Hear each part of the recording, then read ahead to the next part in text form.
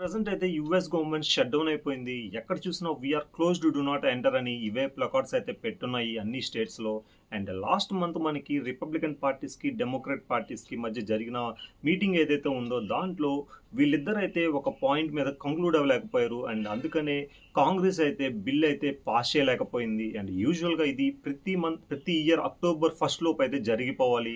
And October 1 తర్వాత ఇది జరగకపోతే నాన్ ఎసెన్షియల్ వర్కర్స్‌లో ఆల్మోస్ట్ మనకి 60-70% ఆఫ్ వర్కర్స్ అందరూ లే ఆఫ్ అయితే అవుతారు. అండ్ మనకి ఈ గవర్నమెంట్ ఎసెన్షియల్ సర్వీసెస్ ఏవైతే ఉన్నాయో వాళ్ళు కూడా ఆల్మోస్ట్ ఫండింగ్ లేకుండా వర్క్ అయితే చేస్తారు. అండ్ వీళ్ళు ఖచ్చితంగా వర్క్ చేయాలి కూడా. అయితే US government partial shut down అయితే అయింది. అండ్ ఫెడరల్ గవర్నమెంట్ సర్వీసెస్ అయితే యాజ్ యూజువల్గా రన్ అవుతున్నాయి. అండ్ బట్ కొంతమంది అయితే లే ఆఫ్ చేశారు అండ్ ఫండింగ్ ఇవ్వలేకపోవడం వల్ల. అండ్ బట్ ట్రంప్ బిహేవియర్ చూసుకుంటే రీసెంట్ టైమ్స్లో కానీ పాస్ట్లో కానీ నిజంగా ప్రజల్ని పాయింట్అవుట్ చేసి కనీసం ఒక్క డిసిషన్ కూడా ప్రాపర్గా అయితే తీసుకోవట్లేదు. అండ్ రీసెంట్గా 1 డే బ్యాక్ కూడా ఈ షట్ డౌన్ని పాయింట్అవుట్ చేసి shut down is a blessing అని చెప్పి అండ్ దిస్ లే offs will hit the democratic harder and they will know అని చెప్పి ఒక పాయింట్ అయితే చెప్పాడు. అండ్ నిజంగా ఇంత కిరాతకంగా ట్రంప్ అయితే ఆలోచిస్తాడని చెప్పి నేనైతే అనుకోవట్లేదు. బట్ ప్రజెంట్ అయితే ఆల్మోస్ట్ 40% ఆఫ్ ఈ federal government workers, non essential workers అందరూ 40% వర్కర్స్ని లే ఆఫ్ అయితే చేయడం జరిగింది. అండ్ నిజంగా ఇది చాలా బాధాకరమైన విషయం అని చెప్పాలి. స్టాట్స్ చూసుకుంటే యాక్చువల్గా పర్ 1 వీక్కి యుఎస్ గవర్నమెంట్ షట్ డౌన్ అయితే ఆల్మోస్ట్ మనకి $15 మిలియన్ అయితే యుఎస్ గవర్నమెంట్ లాస్ చూస్తుంది. అండ్ మన ఇండియన్ కరెన్సీలో చూసుకుంటే ఆల్మోస్ట్ 1,500 crores యుఎస్ గవర్నమెంట్ అయితే డెఫిసిట్లోకి వెళ్తుంది. అండ్ మనం ప్రజెంట్ ఈ లాస్ట్ 40 yearsలో ఇది 11th time US government shut down అవడం. అండ్ లాస్ట్ 7 yearsలో ఇది ఫస్ట్ టైం. అండ్ లాస్ట్ 2018లో ట్రంప్ ఎప్పుడైతే గెలిచాడో ఆ ఇయర్లో 3 times అయితే గవర్నమెంట్ షట్ డౌన్ అయింది.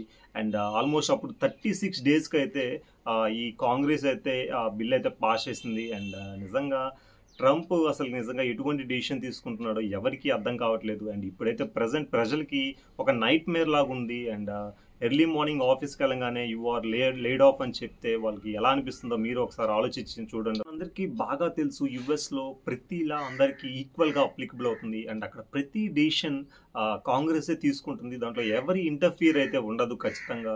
బట్ లాస్ట్ మంత్ ఎండింగ్ ఏదైతే ఈ రిపబ్లికన్ పార్టీస్కి, డెమోక్రాటిక్స్కి మధ్య ఈ మీటింగ్ అయితే జరిగిందో ఈ రిపబ్లికన్ పార్టీస్ ఏమో డెమోక్రాటిక్స్ని పాయింట్అవుట్ చేసి బ్లేమ్ చేస్తున్నారు. ఈ డెమోక్రాటిక్స్ ఏమో రిపబ్లికన్స్ని చూపించి వాళ్ళని బ్లేమ్ చేస్తున్నారు. అండ్ వీళ్ళిద్దరూ ఒక డిసిషన్కి రాకపోవడం వల్ల ఈ కాంగ్రెస్ అయితే ప్రజెంట్ ఈ బిల్ అయితే పాస్ చేయలేదు. అండ్ దీనివల్ల ఆల్మోస్ట్ అమెరికన్ ప్రజలు అందరూ ఇప్పుడైతే ఇబ్బందులు పడుతున్నారు. రిపబ్లికన్ పార్టీకి సంబంధించిన జేడీ వ్యాన్స్ అయితే ప్రెస్ బ్రీఫింగ్ ఇస్తూ ఈ డెమోక్రాట్స్ అయితే ఇవాళ ఫెడరల్ గవర్నమెంట్ని షట్ డౌన్ చేశారు. అండ్ వీళ్ళైతే ఆల్మోస్ట్ బిలియన్స్ ఆఫ్ డాలర్స్ అయితే హెల్త్ కేర్ సెక్టార్లో ఇల్లీగల్ ఏలియన్స్ మీద ఇన్వెస్ట్ చేయమని చెప్పి అడుగుతున్నారు. అండ్ దిస్ ఈస్ ఇంపాసిబుల్ అని చెప్పి జేడీ వ్యాన్స్ అయితే చెప్పడం జరిగింది. అండ్ ట్రంప్ గవర్నమెంట్ ఉన్న రోజులు మేము ఇల్లీగల్ ఏలియన్స్ని అసలుకి ఎంకరేజ్ చేయము, వాళ్ళ మీద ఫండింగ్ చేయమన్నట్టు జేడీ వ్యాన్స్ అయితే కంక్లూడ్ చేసి చెప్పడం జరిగింది.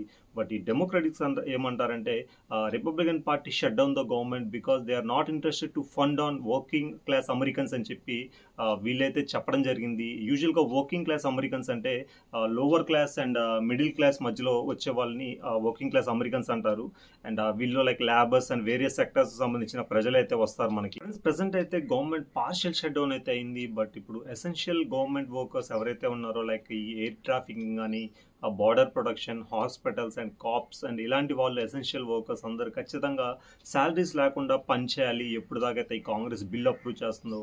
అండ్ నాన్ ఎసెన్షియల్ వర్కర్స్ అయితే లైక్ మ్యూజియంస్ కానీ, like parks and various sectors వాళ్ళు నాన్ ఎసెన్షియల్ వర్కర్స్ అయితే ఆల్మోస్ట్ లే ఆఫ్ చేసేసారు. అండ్ 40% ఆఫ్ వర్కర్స్ని లే ఆఫ్ చేయడం జరిగింది. అండ్ మనకి estimated 800K federal agents are non essential వర్కర్స్ని లే ఆఫ్ చేసే ఛాన్సెస్ ఉన్నాయని చెప్పి మనకైతే అఫీషియల్గా రిపోర్ట్స్ అయితే వచ్చాయి. అండ్ నిజంగా ఇది అమెరికన్ ప్రజలకి చాలా పెద్ద దెబ్బ అని చెప్పాలి. అండ్ ఇది అమెరికన్ గ్రోత్కి కూడా చాలా తీరని లోటు తీసుకొచ్చే ఛాన్స్ కూడా ఉంది అని చెప్పి చాలామంది ఎక్స్పర్ట్స్ అయితే చెప్తున్నారు. ఈ ప్రజెంట్ 2 మేజర్ థింగ్స్ అయితే యుఎస్లో జరుగుతాయి. అండ్ ప్రజెంట్ అయితే ఈ గవర్నమెంట్ షట్ డౌన్ అవడం వల్ల ఈ ఎకనామిక్ డేటా అనేది రిలీజ్ చేయరు. ఈ బీఈఏ వాళ్ళు, బ్యూరో ఆఫ్ ఎకనామిక్ అనలిటిక్స్ అనే వాళ్ళు ఈ ఎకనామిక్ డేటా రిలీజ్ చేయకపోవడం వల్ల దానివల్ల ఎన్ని జాబ్స్ క్రియేట్ అవుతున్నాయి అండ్ ఎంతమంది జాబ్స్ కోల్పోతున్నారు అండ్ లైక్ ఈ గూడ్స్ కానీ వాటి రేట్స్ని ఎంత రేంజ్లో ఫిక్స్ చేయాలి అనే చిన్న డైలమాలో అయితే పడిపోతారు. అండ్ అది కాకుండా ఈ ఫెడరల్ గవర్నమెంట్ ఎవరైతే ఉంటారో ఆ ఫెడరల్ గవర్నమెంట్కి సంబంధించిన జాబ్స్ కానీ అవన్నీ కొంచెం హైరింగ్ ప్రాసెస్ అన్నీ చాలా ఇబ్బందులు అయితే ఉంటాయి. అండ్ ఈ సెంట్రల్ బ్యాంక్ ఆఫ్ అమెరికా ఏదైతే ఉందో వీళ్ళు ఈ లోన్స్ కానీ అండ్ ఏదైతే లైక్ బ్యాంక్ రిలేటెడ్ థింగ్స్ ఉంటాయో వాటికి ఇంట్రెస్ట్ రేట్స్ ఫిక్స్ కూడా ప్రాపర్గా చేయలేరు. ఎందుకంటే ఈ ఎకనామిక్ డేటా లేకపోతే ఖచ్చితంగా దేనికి ప్రాపర్గా గవర్నమెంట్ అయితే రెస్పాండ్ అవ్వడం కుదరదు. ఈ ఎకనామిక్ డేటా లేకపోవడం అనేది గవర్నమెంట్కి నిజంగా చాలా పెద్ద లాస్ అని చెప్పాలి. ఈ రిపోర్ట్స్ లేకపోవడం వల్ల ఈ ఇన్ఫ్లేషన్ లైక్ ఇన్ఫ్లేషన్ రేట్ ఎంత ఉందో ఖచ్చితంగా గవర్నమెంట్కి అయితే అర్థం కాదు. అండ్ వేరియస్ ఫైనాన్షియల్ డీటెయిల్స్ కూడా గవర్నమెంట్ దగ్గర అవైలబుల్గా ఉండవు. అండ్ ఇది నిజంగా చాలా పెద్ద లాస్ అని చెప్పాలి. అండ్ నిజంగా ప్రజలు దీని మూలంగా చాలా ఇబ్బందులు అయితే పడతారు. ఈ షట్ డౌన్ అనేది ఇలాగే వీక్స్ తరబడి జరిగిందంటే ఖచ్చితంగా డాలర్ వాల్యూ అనేది తగ్గే ఛాన్స్ ఉందని చెప్పి ఎంయూఎఫ్జీ బ్యాంక్ ఆల్రెడీ యుఎస్ గవర్నమెంట్ని వార్న్ చేసింది. అండ్ డాలర్ అయితే హ్యూజ్ రిస్క్లో ఉందని చెప్పి యుఎస్ గవర్నమెంట్ని వార్న్ చేయడం అయితే జరిగింది. బట్ ప్రజెంట్ అయితే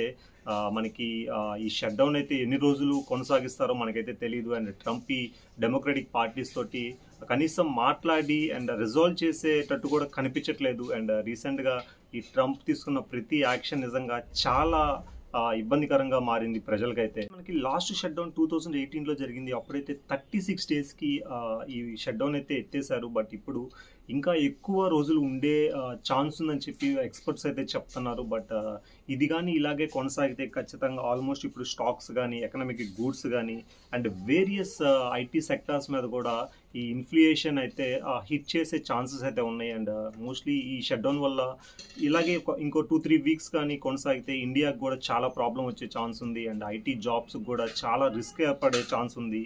అండ్ ట్రంప్ అయితే దీని గురించి ఆలోచించుకొని అండ్ వాళ్ళ ప్రజల్ని దృష్టిలో పెట్టుకొని ఖచ్చితంగా డెసిషన్ అయితే తీసుకోవాలి. అండ్ ఈ ఓవరాల్ ఇష్యూ గురించి మీరేమనుకున్నారో కమెంట్స్లో చెప్పండి ఫ్రెండ్స్. అండ్ నాకు తెలిసినంత వరకు అన్నీ ఎక్స్ప్లెయిన్ చేయాలని ట్రై చేశాను. నేను ఏదైనా మిస్ చేసినా మీరు కమెంట్స్లో చెప్పండి. అండ్ నేను ఖచ్చితంగా తెలుసుకుంటాను.